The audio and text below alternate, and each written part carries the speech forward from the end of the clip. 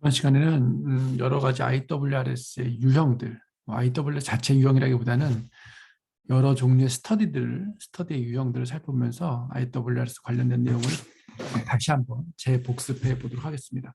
저희가 지난 동영상에서는 세 개에 걸쳐서 사용되는 용어, 그다음에 이게 IP를 실제로 딜리버리하는 프로세스, 즉 사이트의 약국에 약이 모자르지 않게 유지하는 프로세스 이런 걸 설명드렸어요.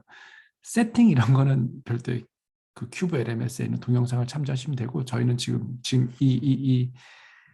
설명드리는 내용들은 계속 그걸 이해하기 위한 배경들을 계속 설명드리는 거잖아요. 그래서 뭐 이렇게 용어에 대한 정의, 이 IWS 관련된 사람들, 실제로 약이 어떻게 흐르는지 이런 내용들을 설명드리고 있습니다. 이제 거의 마지막 단계로 실제로 각종 스터디에서 보고 프로토콜을 보고 IWRS를 세팅할 때 큐브 IWR 세팅할 때 제일 중요한 게 보통은 랜덤은 어렵진 않아요. 네, 랜덤은 어렵지 않아요. 그냥 그룹 층화만 확인하면 돼요. 그룹 층화. 그리고 그룹의 비율이 같냐 다르냐. 그러니까 그룹이 몇 개 있고 그 그룹의 비율이 같냐 다르냐. 몇 대 몇이냐. 이 정도만 판단하면 되고 어차피 코드를 생성하는 건 통계사이기 때문에 그래서 그 정보 이해하면 되고 칭화 같은 경우는 CRF에 다 있는 내용이기 때문에 CRF에서 칭화를 지정하고 해야 되기 때문에 칭화에 대한 파악은 너무 중요합니다. 그룹은 뭐 그렇다 치더라도 칭화는 셋업하시는 분, 큐브 IW를 셋업하시는 분한테 너무 이해하는 게 중요한데 어쨌든 복잡하지 않고 프로토콜에 비교적 상세히 명시되어 있어요. 그런데 문제는 IP 같은 경우는 IWR 셋업을 위해서 그런 구조로 설명되어 있지 않아요. 그리고 응용 가능한 영역들이 있어요. 제일 대표적인 게 우리 지난번에 얘기했던 카테고리, 즉 약의 종류가 뭐냐를 딱 보면 알아야 되는데 약의 종류를 발생시키는 구조 같은 게 있었죠. 그 내용들이 있었죠. 에폭에 따라서 제일 대표적인 게 러닝과 트리트먼트 이렇게 나눌 수 있고 좀 복잡한 임상에서는 똑같은 그룹을 배정받아도 서브젝트의 컨디션이나 프로젝트의 특성에 따라서 도즈라는 컨셉이 있다. 이런 거 얘기했었어요. 그러니까 똑같이 시험을 봐도 5mm짜리 먹는 사람, 10mm짜리 먹는 사람. 그래서 5mm짜리 약, 10mm짜리 약, 5mm 안에도 시험군 대조군, 10mm 안에도 시험군 대조군 이런 게 있다라는 얘기를 했었죠. 그래서 계획서를 딱 보면 이런 것들이 막 믹스돼서 나와 있어요. 그리고 마지막으로 하나 나와 있던 게 간격 같은 게 방문 스케줄이 다른 거 있었잖아요. 그러면 1주짜리 약을 4개 줄지 그냥 1주 4주짜리 약을 따로 만들지 이런 거 고민해야 됩니다. 그러니까 우리의 레커멘데이션은 뭐였었죠? 그냥 1주짜리 약을 4개 주는 형태, 카테고리의 개수를 줄이는 게 중요하다 얘기했었죠. 왜 그런다 그랬었죠? 그렇죠. 약국에서 약을 보관할 때 카테고리별로 일정 수량을 유지해야 되는데 카테고리 종류가 많으면 약국에서 약을 보관하기도 어렵고 관리도 어렵고 결국에는 버려지는 약도 많아지고 딜리버리 할 때 카테고리별로 이렇게 관리를 해야 되니까 그러니까 모든 것들이 비용이 증가하고 관리 어려움들이 있어요. 그래서 카테고리의 수를 줄이는 거, 티켓 듀레이션, 그러니까 방문 기간의 차이를 내서 카테고리가 발생하는 경우라면 가능하면 카운트 기법을 써서 카테고리 수를 줄여라 하는 내용들을 지난 시간까지 동영상으로 봤습니다. 이 교재에 나와 있는 요 탭을 들어가서 보시면 실제로 이걸 도식화해 놓은 것들이 있어요. 그래서 오늘은 새로운 내용이라기보다는 일반적으로 프로토콜에서 계획서에서 봤을 때 이런 형태로 나오니까 전형적인 형태를 좀 눈에 익숙하게 보시라고 한번 리마인더 하도록 하겠습니다. 저희가 지금 파악하는 거는 뭐 타입이 한 열 몇 개 정도 있는데 실제로 쓰이는 건 몇 개 없어요. 그림으로 그리냐 요 정도이고요. 게다가 실제로 쓰이는 건 한 뭐 5개 정도입니다. 그래서 5개 위주로 설명하고 나머지 것들이 이런 게 있다 정도로 말씀드릴 거예요. 첫 번째, 과거 잠깐 설명드리면 C는 그냥 카테고리를 표시한 거고요. R은 랜더마이제이션 그냥 하는 거예요. 랜덤 하는 거고, 그리고 요거는 랜덤 그룹을 얘기합니다. 필요하면 여기에 랜덤 할 때 칭화가 있을 수도 있고 없을 수도 있죠. 지금 여기에 보는 게 제일 전형적인 형태예요. 카테고리가 몇 개예요? 2개. 근데 랜덤 여기서 하니까 얘는 랜덤 이전에 투여하는 거니까 모든 사람이 같은 약을 먹죠. 이런 약을 뭐라 부른다? 이런 카테고리를 런인이라 부른다. 이렇게 돼 있었죠. 그리고 그룹 받으면 이 카테고리가 이 첫 번째 그룹과 두 번째 그룹 각각의 약을 먹죠. 카테고리 안에 그러면 들어가 아이들이 몇 개겠어요? 그렇죠. 그룹 1에 해당되는 들어가 아이디, 그룹 2에 해당되는 들어가 아이디 이렇게 돼 있죠. 보통은 시험군, 대조군 이런 컨셉을 쓴다. 제일 심플하고 90% 이상 이런 형태의 과제일 거예요. 그 다음에 이제 스트라타가 있는 경우가 있어요. 스트라타의 종류가 종류라고 말하기 좀 그렇지만 기관층화냐 기관층화 아니냐 크게는 이 컨셉이 하나 있고 환자의 특성, 서브젝트의 특성에 따라서 예를 들면 뭐 체중이 50kg 이상이냐 아니냐, 연령이 40세 이상이냐 아니냐, 아니면 특정 검사의 수치가 이것보다 높냐 낮냐 이런 여러 가지 특성들의 조합을 해서 반드시 두 개, 스트라타가 두 개뿐만 아니라 여러 개 있을 수 있어요. 스트라타가 4개, 5개 이렇게 있을 수 있습니다. 기관층화는 시스템에서 기관이라는 정보를 갖고 있기 때문에 별도로 그냥 그 빌드에 설정할 때 기관층화를 하지만 그 외의 것들은 다 CRF의 특성들이 있죠. 그래서 CRF에 변수를 지정해서 아이템을 지정해서 이벤트를 스트라타 이벤트를 지정해야 되는 이런 것들을 이제 세팅하는 데서 배우시면 되고 어쨌든 스트라타가 기관 층화냐 아니냐 그 다음에 서브젝트의 특성에 따라서 그런 층화 요인이 있냐 없냐를 판단해서 필요하면 그렇죠. 그런 개별 서브젝트 특성에 따른 것들은 층화 변수를 만들어서 구성해야 된다 이렇게 되어 있습니다. 여기 보면 카테고리가 몇 개 나와 있죠? 1, 2, 3, 3개 나와 있네요. 근데 D는 뭐였죠? 도즈의 컨셉이었죠. 도즈의 컨셉. 그래서 얘는 런댐 전에 먹으니까 카테고리 1은 러닝 컨셉이고 랜덤한 이후에 도즈가 낮은 경우는 10, 20 이렇게 나누는데 그러니까 로도즈의 카테고리인 거죠. 10ml. 얘는 BG3부터는 하이도즈, 로도즈 이렇게 먹을 수 있는 거예요. 선택되는 거죠. 그러니까 계획서에 따라 픽스될 수도 있고 서브젝트의 컨디션에 따라서 연구자가 선택할 수 있어요. 그러니까 도즈라는 것도 CRF에 나와 있어야 되고 이벤트를 지정해서 이게 도즈 역할을 한다는 걸 표시해 주게 되죠.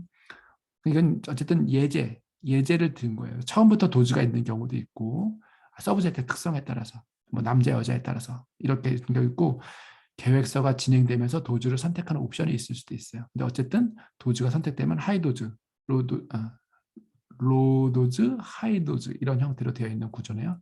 방문 간격은 다 똑같은가 봐요. 문제가 없네요. 그러면 카테고리 얘는 런인이니까 드럭 아이디도 그냥 하나죠. 런인 하나인데 얘는 랜덤 받았으니까 시험군 대조군. 얘도 시험군 대조군, C3도 얘도 시험군 대조군 이렇게 되어 있습니다.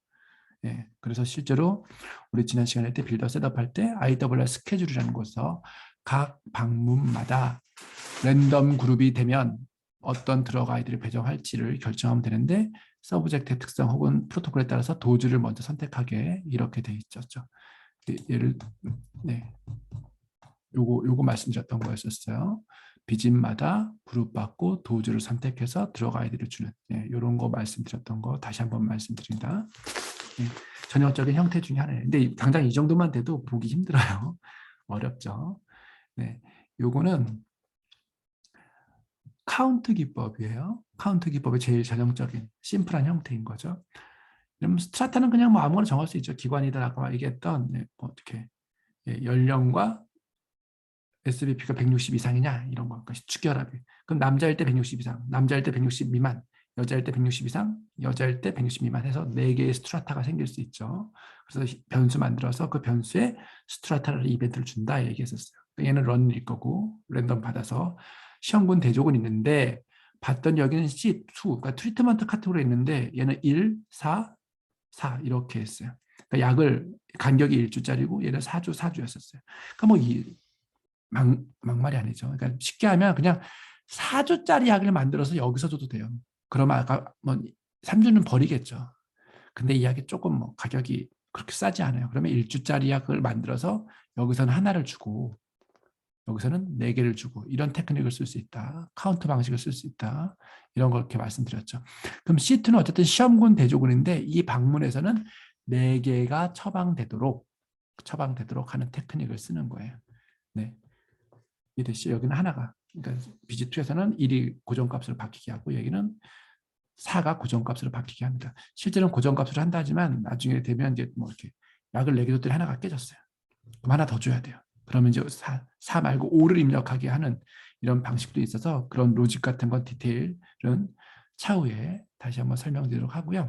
지금 일단 일반적인 구조에서 런인, 랜덤, 그룹 1, 2가 있는데 다 같은 약 하지만 비집마다 그 주수의 차이에 따라서 개수를 여러 개 처방하는 이런 테크닉을 쓸 수 있다 이렇게 되어 있습니다. 그래서 카운트 방식이다 이제 이런 표현들을 쓰고요.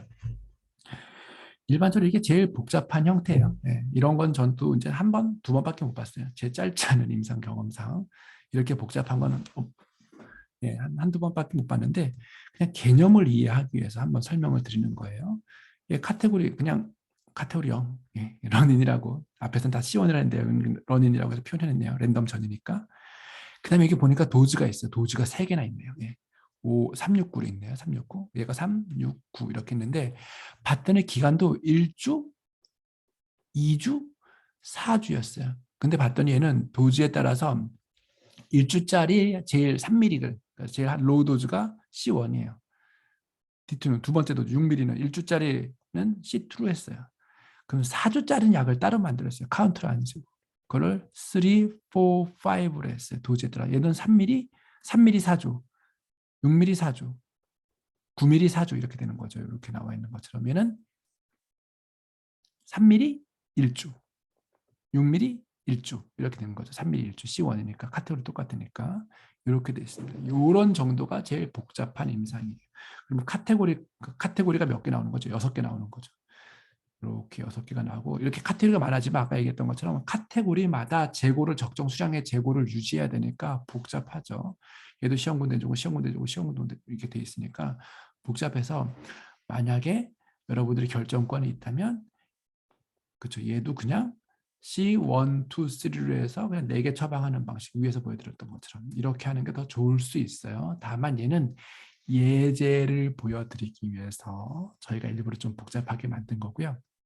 이렇게 되어 있습니다. 이제 마지막 거 정리를 하려고 하는데요.